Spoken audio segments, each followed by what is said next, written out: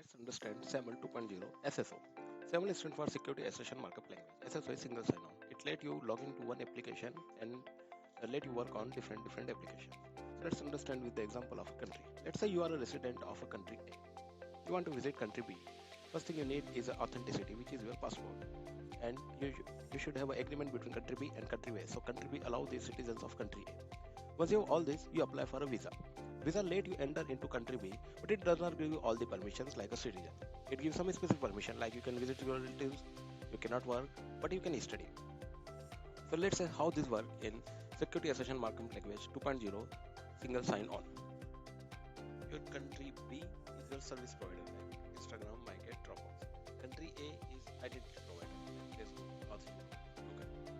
The agreement between service provider and identity provider is called trust relationship. First you go and you create your profile on identity provider, which authenticate you. Like you go to Google, set your user ID password, and it let you log in. This identity provider give you a SAML assertion. This SAML assertion is accepted by service provider because it already have a trust relationship with the identity provider.